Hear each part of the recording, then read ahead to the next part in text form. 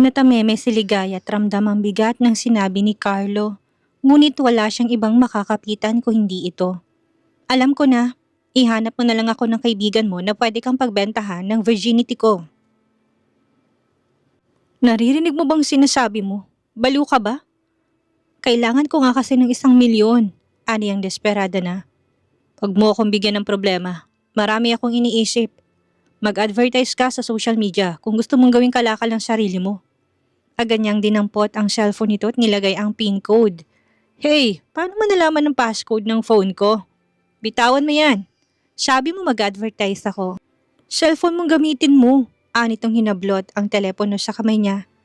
Pahiram lang, wala akong cellphone. Kinuha ng nanay ko. Si, sinungaling ka talaga. Sabi mo, uli lang lubos ka na. Baka kasi balik mo ko sa amin. Ayoko na sa bahay namin. Sa social media mo ako magpo-post para mayayamang lalaking makakakita. Sasabihin mo lang namang helping a friend. Sisirain mo pang image ko. Tigilan mo ko, walang papatol sa offer mo. Baka magkasakit pang mga kakilala ko. Malinis ako. Virgin pa nga. Hindi pa ako nagkaka-boyfriend kaya nakapilang maliligaw ko sa probinsya. Nakarating na sila sa mansyon, hindi pa rin niya ito nakukumbinsi. Sinalubong sila ng isang lalaki sa mansyon na sa tingin niya ay kaedad niya lamang. Hello, ako si Ligaya. Ani ang nilahad ng kamay at ubiling tinanggap na lalaki ang palad niya. Hardenero si Matias dito, wala siyang 1,000,000. Sarkastikong sabi niya. Agad siyang sumunod sa kwarto. Nakita niya nag-aalis to ng damit. Pero wala siyang planong tigilan ang pangungulit. Carlo, alam ko na may gininto ang puso ka. Pautangin mo na ako, kahit na maging alipin mo ko. Go away, maliligo ko at magpapahinga. Diyan ka sa sofa. Hinintay niyang paglabas nito sa banyo. Hindi siya mapakali. Ayaw niyang mapahamak ang ina at kapatid ng dahil sa kanya. Pero ayaw din niya na maging babae na matandang alam niyang sadista. Si Carlo ang makakatulong sa kanya. Lumabas na itong nakatapis lang ng tuwalya. Napanunok siya nang makita ang malapad nitong dibdib at abs. Bakit ang perfect ng panlabas nitong anyo? Ako na magtutuyo sa buhok mo. Ani ang kinuhang bimpong hawak nito. Don't touch me. Maligo ka bago matulog sa sofa. Ayoko madudumihan mong mga gamit ko. Wala siyang nagawa kundi ang pumasok sa banyo at maligo. Nakita niya may mabagong damit. Para sa kanya, napangiti siya. Dati, safeguard lang ang gamit niya mula ulo hanggang paa. Social na ngayon, mga pangalang hindi niya mabigkas. French yata ang salita. Paglabas niya ay nakahiga si Carlo sa malaking kama. Nakita niyang nakatalikod ang malaking sofa sa kama. Nakasiksik sa glass wall. Sinadya niyang nakatapis lang ng tuwalya. Baka maakit niya si Carlo. Kaso hindi siya nito tinatapunan ng tingin. Nagbukas siya ng cabinet. Kaso, closet pala yun ng binata. Humugot siya ng t-shirt at sinuot. Hey, damit ko yan. Hubarin mo yan. Pahiram lang. Ani ang sinuot ng damit. Nalaglag sa paanan niya ang towel. Isoli mong damit ko. Binili kita ng damit.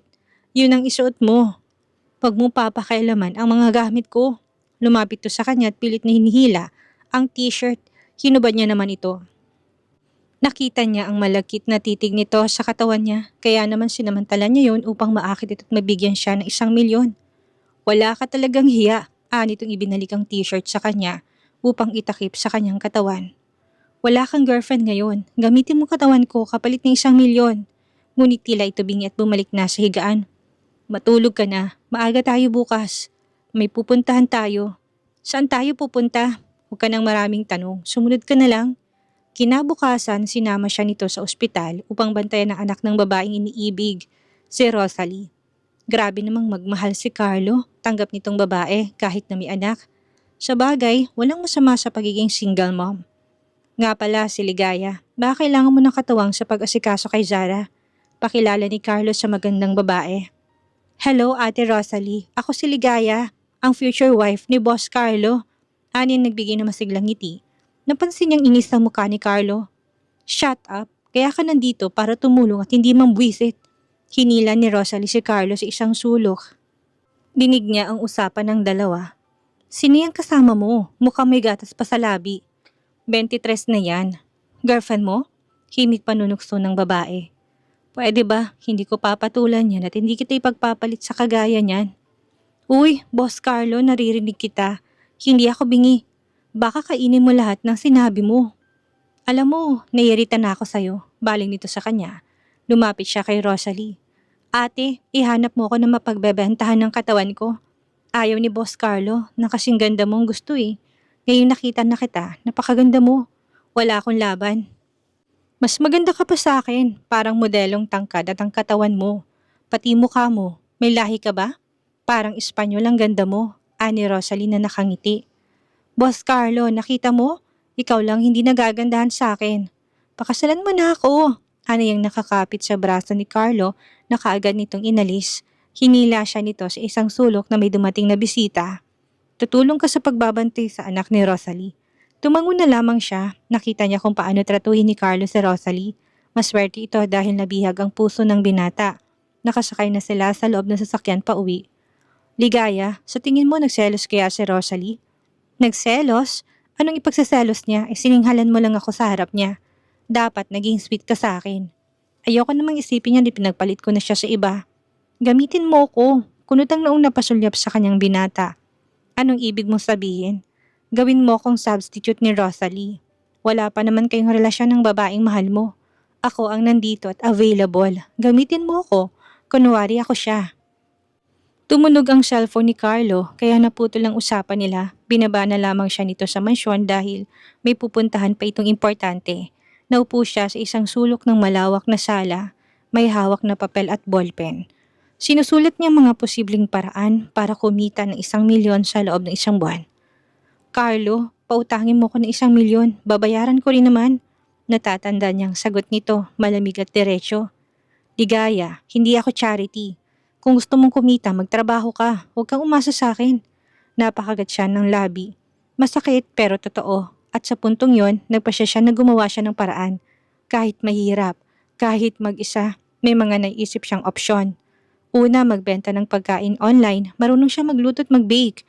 Ngunit hindi siya kikita kaagad ng 1,000,000. Pangalawa, maglunsad ng vlog tungkol sa buhay mahirap sa mansyon. Taon ng tsak bago dumami ang subscriber niya. Mukhang etong huli lang talagang sagot sa problema niya. Ang gamitin ng ganda at ibenta ang katawan. Susubukan niya na munang una.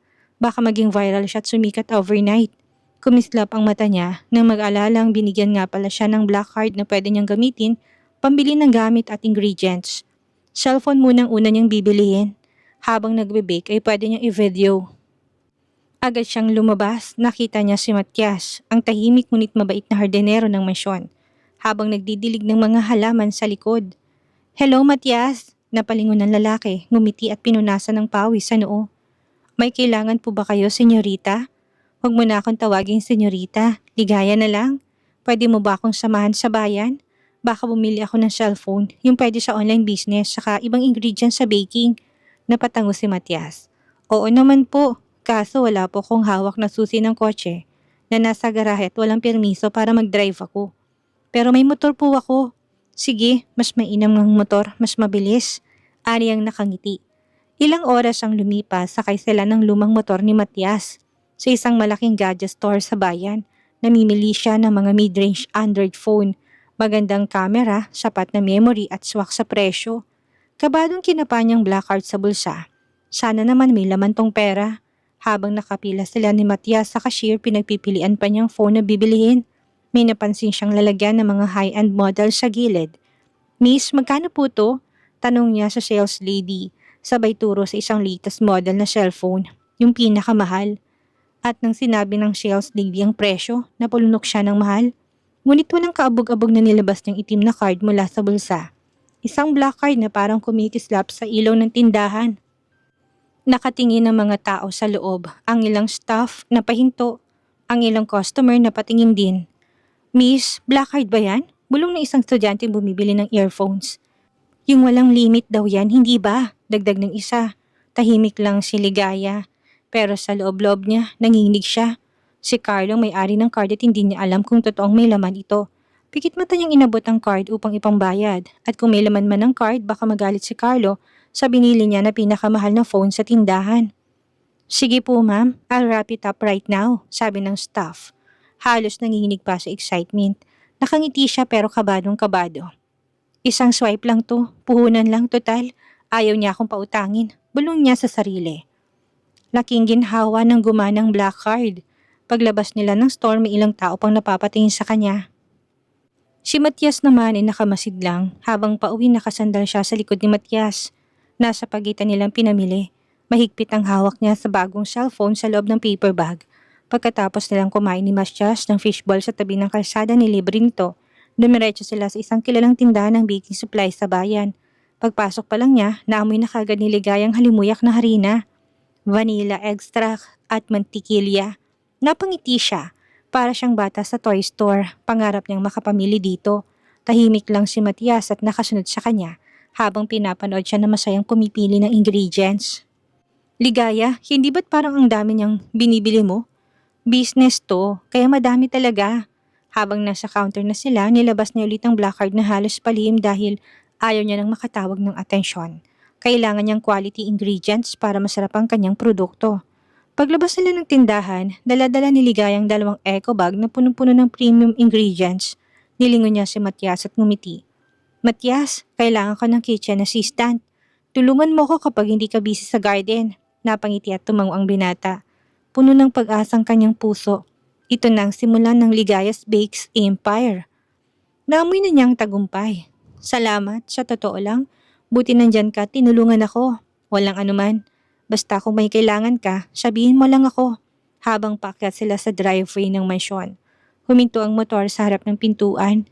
Bitbit nilang eco bag na punong-puno ng baking supplies at kahit medyo pagod, abot tengang ngiti niya. Salamat talaga. The best ka talaga. Ngunit bago pa siya makababa ng tuluyan sa motor, bumukas ang malalaking pintuan ng mansyon. Nakatayo sa labas si Carlo na tila ba inabangan talaga sila. Nakasuot ng itim na polo at mukhang hindi lang basta inis kundi galit, kumabog ang dibdib niya. Saan ka galing? Malamig nitong tanong pero halatang pinipigil ng galit. Napalingon si Ligaya, hindi kaagad makasagot. Pero bago pa siya makapagpaliwanag, lumapit si Carlo, mabigat ang mga hakbang at tinapunan ng masamang tingin si Matias. Pagkapasok ni Ligaya sa loob ng mansyon, hindi pa siya nakakalayo sa hallway nang sundan siya ni Carlo. Teka lang, anitong hawak ang kanyang pulsuhan. Tumigil si Ligaya pero hindi siya umarap. Ano problema, Carlo? Ani ang nagtatapang-tampangan lang.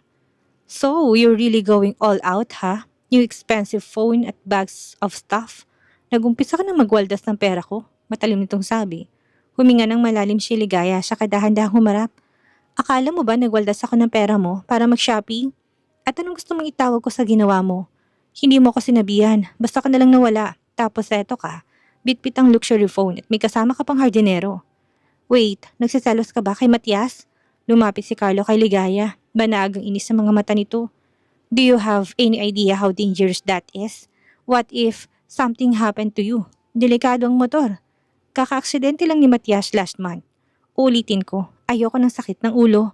Dinala kita dito para tigilan ako ng mommy ko sa kakakulit sa akin makipag-date. Kaso mas matindi pang problema ang dulot mong leche ka.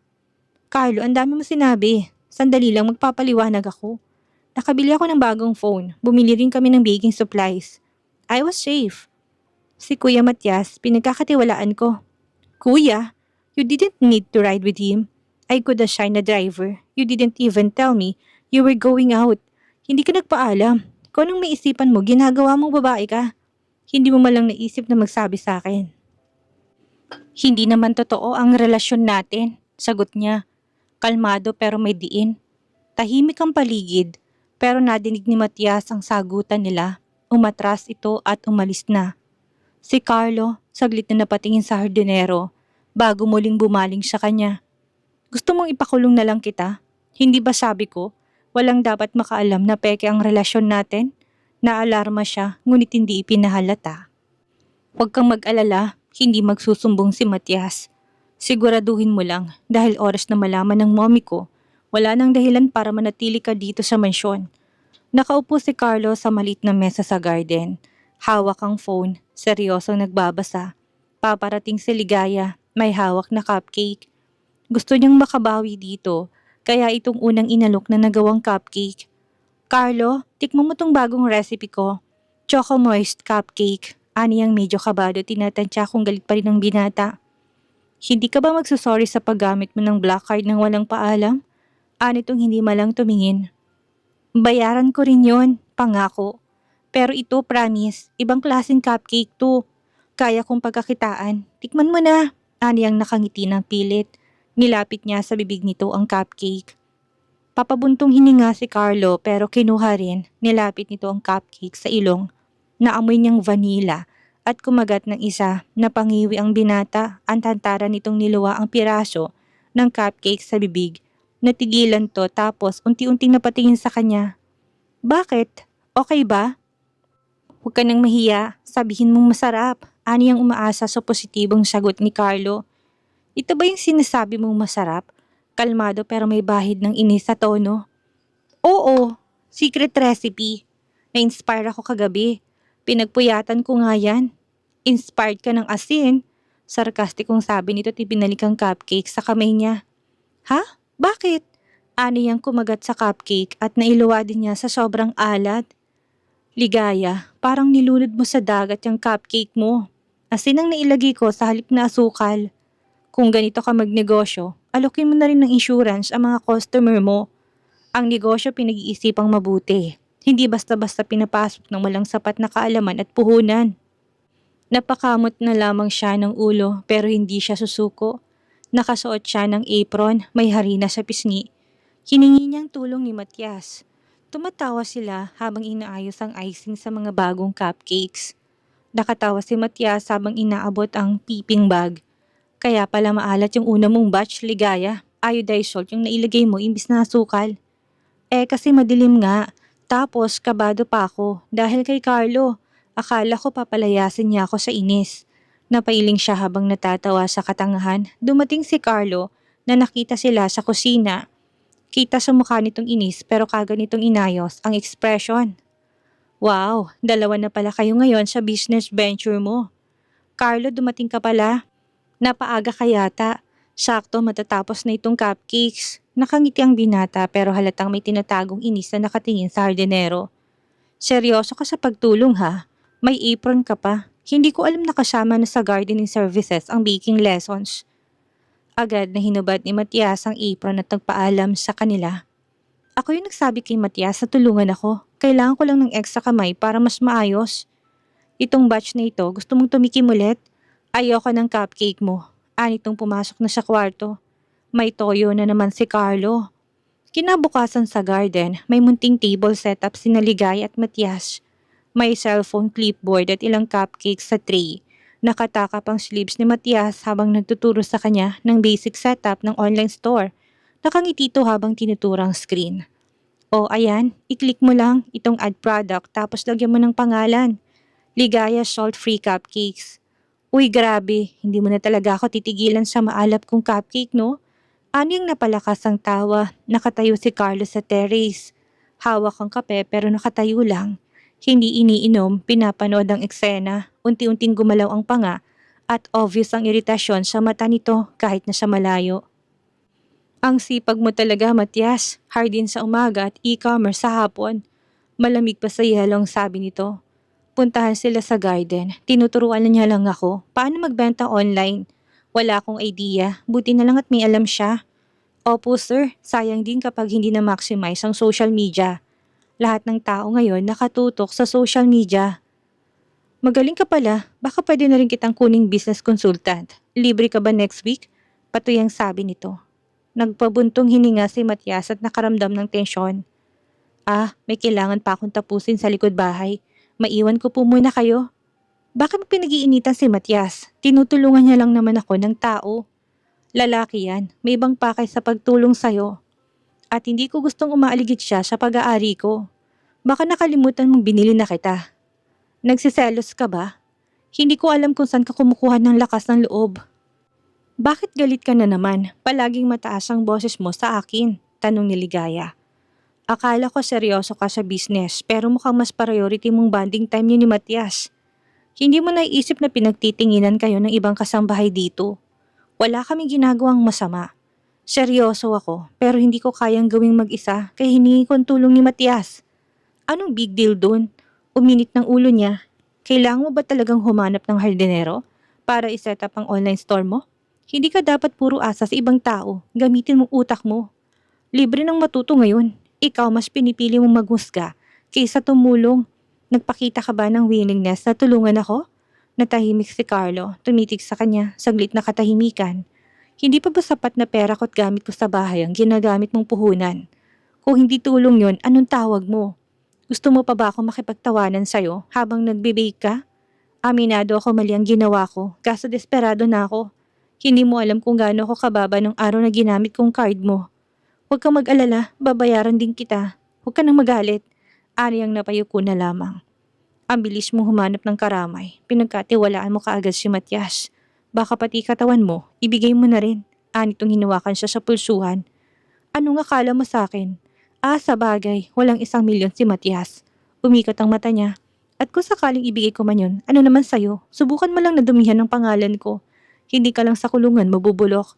Para mo na ring hinukay ang libingan mo. Asik kitang bigla siyang inakbayan at tinalikan sa pisngi. Kinagulat niya. Biglang bumukas ang pinto. Pumasok si Mami Cecilia na todo ngiti na matanda na makita sila. Mom, nandito ka na pala. Biglang ngitit mahinahong bungad ni Carlo. Ngumiti din siya at nagpipigil ng inis para sa binata. Mami Cecilia, hello po. Napansin itong cupcake sa mesa. Aba, may baking session pala kayo. Ang cute niyong tingnan, parang bagong kasal. Anitong tila kinikilig. Napatingin siya kay Carlo, matalimang mata pero hindi siya makapagsalita. Nag-shift kagad sa sweet mode ang binata. Kinabig siya nito at tinalikan sa noo. Yeah, she's been working so hard, ma'am. Galing niya mag-bake. Actually, super proud ako sa kanya. This is the best cupcake na natikman ko ever. Napasinghap siya, literal na gusto niyang isubong buong cupcake sa bibig nito hanggang sa mabulunan. Pero ngumiti siya ng pilit. Oo nga po, sobrang supportive ni Carlo. As in, all-out support po talaga. Grabe, lalo pong words of encouragement. Ganyan dapat, tulungan niyo kayo sa isa't isa ha. Huwag puro away, baka mapurnada pang kasal. Bigla silang natahimik, nagsalubong ang tingin nilang dalawa. Pareho silang napangiti. Ma, hindi po kami nag-aaway, ani Carlo. Buti naman, mag-selfie nga tayo. Isang picture ng sweet couple with cupcakes. Dali na! Biglang yumakap si Carlo sa kanya habang tila siya bato, pero todo ngitit baka makuhanan sa camera. Maayos ang setup para sa dinner nila. May steak, mashed potatoes, fresh salad at syempre cupcakes na gawa niya bilang dessert. Super saya si Mommy Cecilia habang nagkukwento. Alam nyo, tuwing naiisip ko kayong dalawa, para talaga kayong mga bida sa dramang pinapanood ko. Bagay na bagay kayo at kita kong sobrang in love kayo sa isa't isa. Ani Mommy Cecilia habang naglalagay ng mashed potatoes sa plato. Tama si Mommy, parang isang magandang movie ang pag-iibigan natin, no? Napakaswerte ko talaga sa'yo, mahal ko. Anitong nilagyan ng hiniwang steak ang plato niya. Napatingin siya sa binata, napakagaling itong umarte. Mas maswerte ako sa'yo, Carlo. Wala na ako makikilalang kagaya mo. Kung ganon, wag na tayong mag-aksaya ng panahon. Ayusin na natin ang kasal. Bulalas ni Mommy Cecilia. Sabay silang nasamit at kumuha ng tubig upang uminom. Mommy Cecilia, gusto po muna namin kilalanin ng isa't isa. Alanganing sabi niya. Mom, 3 to 5 months from now, we'll get married. Medyo marami lang problema sa business sa loob at labas ng bansa. Napalunok siya sa narinig. Kasal, wala sa usapan nilang ganon. Pero papayag siya kung bibigyan siya kagad nito ng 1,000,000. Naunawaan ko. Pero baka pwedeng unahin niyo ng apo. Gusto ko nang magkaapo. Hindi na ako bumabata. Huwag po kayong mag-alala at gumagawa na po kami ng apo ninyo. Sinipa niya ito sa ilalim ng mesa. Napatras ito ng upot, hindi nakapahalata sa ina. Nagkatinginan silang dalawa, tahimik pero nag-uusap ang mga mata. Gusto nilang magbatuhan ng steak knife pero nandun si Mommy Cecilia kaya nagpigil sila. Matapos ang dinner ay nagpaalam ng matanda at bitbit nito ang cupcakes na gawa niya. I'll just go freshen up. Ang sweet talaga ng cupcakes mo, Ligaya. Ang sarap isama sa tiko mamaya. Umalis si Mommy Cecilia paakyat sa guest room. Naiwan silang dalawa sa mesa. Mabigat ang hangin. Nice performance. Dapat sa'yo hindi businessman. Pwede ka mag-artista. Ikaw din. Award-winning talaga. Sagot ng binatang nagtagis ang ngipin. Ano sinasabi mong kasal? Kabado pero may excitement sa tono niya. Huwag kang assuming. Sinabi ko lang yun para hindi niya tayo kulitin. In 3 months time, maglalaho ka na lang dito sa mansyon. Kunwari nag-abroad ka. Long distance relationship tayo.